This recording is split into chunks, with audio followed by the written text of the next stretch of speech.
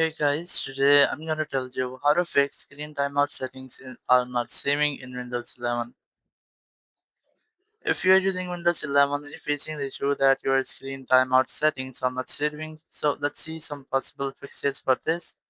So the very first thing I recommend you have to disable your battery saver because sometimes it might be if your battery saver is enabled, so you're unable to see your screen timeout settings or your setting will might not be saved. So just disable your energy saver or your battery saver from here. After doing this, I recommend you how to use control panel instead of settings app to change your power plan or your screen timeout settings. Now for this, you have to press your Windows button here and just search for control panel.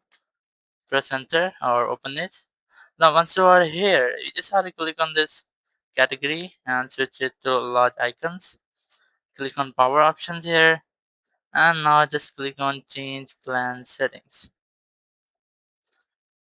and here you can change your settings like your screen timeouts on your battery or on when you're plugged in, or you can also change your power buttons setting, your lid settings. You can create a new power plan if you need one. So you can add that here in this section. So these are the ways you can fix your issue.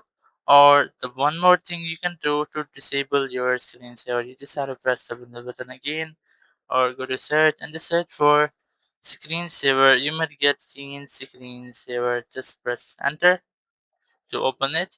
Now once you are here, I recommend you have to change your screensaver, or you can also try to select none from here to completely disable your screensaver.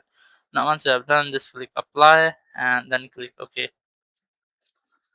So these are the ways you can easily fix your screen timeout settings issue. Thank you very much for watching the video. Until next video, bye bye.